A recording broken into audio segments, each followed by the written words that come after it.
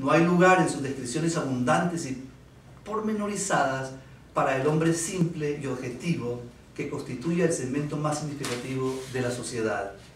Es como si en lugar de describir una realidad viva que cambia y se transforma, solo fuera posible para él aprender estructuras muertas, construcciones complejas y sofisticadas que se sobreponen al tiempo y que, aunque producto de la condición humana, son su negación o contradicción. La España espiritual de Caballero es más un organismo disecado que una cosa viva, una España que ha perdido la pasión o el interés por la cotidianidad y la espontaneidad, y para la cual es suficiente representar sin entender que distanciarse de la representación para mantener un espíritu crítico es un imperativo ineludible de la existencia y de la palabra. Gracias.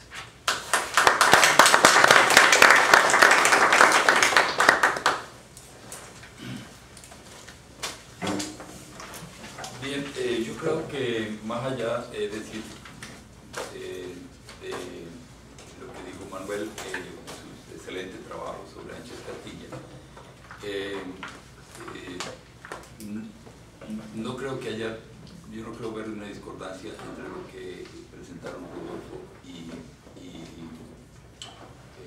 Antonio, en el sentido de que estamos viendo las diferentes facetas, las diferentes caras que presenta el Caballero Calderón. Es un ser realmente donde lo contradictorio se convierte en ideología prácticamente, ¿no? No hay en Caballero Calderón una línea que podamos trazar y que podamos ver claramente como podrían ver en otros autores. Yo voy a leerles un corto trabajo sobre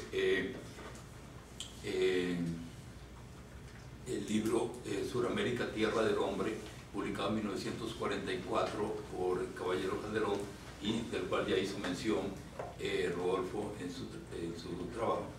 Es un libro en el cual Caballero Calderón va a narrar en grandes viñetas o grandes textos, capítulos, su desplazamiento por Suramérica. No solamente son las ciudades, sino también es el campo, el paisaje en general, la geografía, la selva, y dentro de ellos embarcado el hombre americano.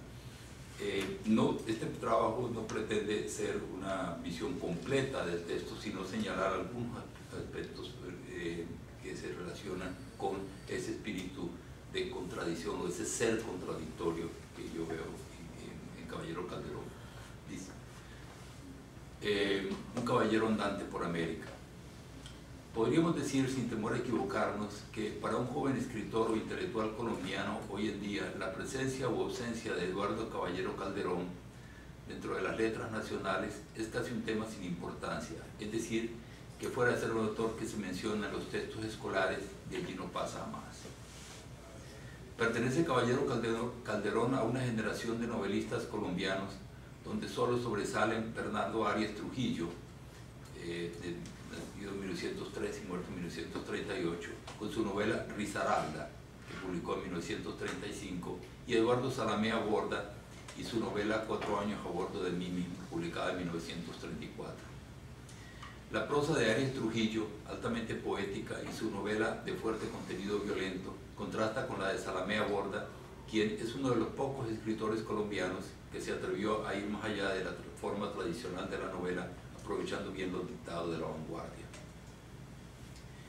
Algunos años después de la publicación de estas dos novelas, Caballero Calderón publicará su novela Tipacoque, 1941, la cual es una visión idealizada de la provincia andina colombiana. Este libro de estampas provincianas prefigura la atmósfera ideológica y estilística que vamos a analizar en Suramérica, Tierra del Hombre, libro de viajes publicado en 1944, pero escrito según el autor a finales de la década del 30. Escritor tradicional por excelencia, Caballero Calderón afirma con su prosa y sus pensamientos los valores que la sociedad colombiana sembró luego del proceso de independencia y principalmente durante el siglo XIX, cuando Bogotá se distinguió por nutrir una clase intelectual de gramáticos, filólogos y ensayistas, inmersos en una defensa de la corrección del idioma y un cosmopolitismo literario que alcanzaba el pensamiento francés bien de moda. Caballero Calderón es hijo de esa tradición y no solo la adopta como escritor y pensador, sino porque le viene de clase social, ya que desciende de las familias patricias criollas, fundadoras de la idea de la nación en Colombia. Es por esto que para este entonces, su visión de la vida colombiana está idealizada, no solo por su adhesión al fervoroso mundonovismo tan presente en su tiempo, sino porque no podía ver que los cimientos de esta sociedad estaban corroídos por siglos de desigualdad social. Así, si abrimos este libro, no por las páginas iniciales, sino por las que nos llevan a su realidad, esto lo digo entre comillas, colombiana, la ingenuidad de su pensamiento se hace patente. Veamos, cito a Caballero Calderón. Bogotá es una ciudad profunda y honradamente democrática. La libertad de juicio y el amor por las cosas intelectuales que ha venido cultivando desde hace 400 años, la resistencia a constituir núcleos y castas y la constante fecundación de la provincia, todo hace que Bogotá, como lo demuestra su historia, capaz de endiosar a un poeta, un orador o un gramático. Todo en Bogotá se refiere a la libertad y hasta el orgullo social en las clases superiores siempre nace de motivos que se relacionan con ella. Fin de cita. Para Caballero Calderón Colombia es un país realmente modelo en su proceso de mestizaje, que para él, fiel discípulo del pensamiento liberal de Vasconcelos, es la culminación de la identidad de América Latina. Cito: en Colombia se viene verificando sin sobresaltos la mezcla de las razas, al punto de que hoy no existen ni negros, ni indios, ni blancos, sino ciudadanos que tienen unos mismos derechos y en quienes está casi abolido el prejuicio racial. He calificado de ingenua por excesivamente falsa esta dirección del pensamiento de Caballero Calderón. Sin embargo, cuando revisamos otros apartes de su libro, podemos ver que no es tan ingenua y que más que este locus amenus colombianos es el resultado de una visión pastoril, utópica de la realidad latinoamericana, la cual esconde un profundo prejuicio racial.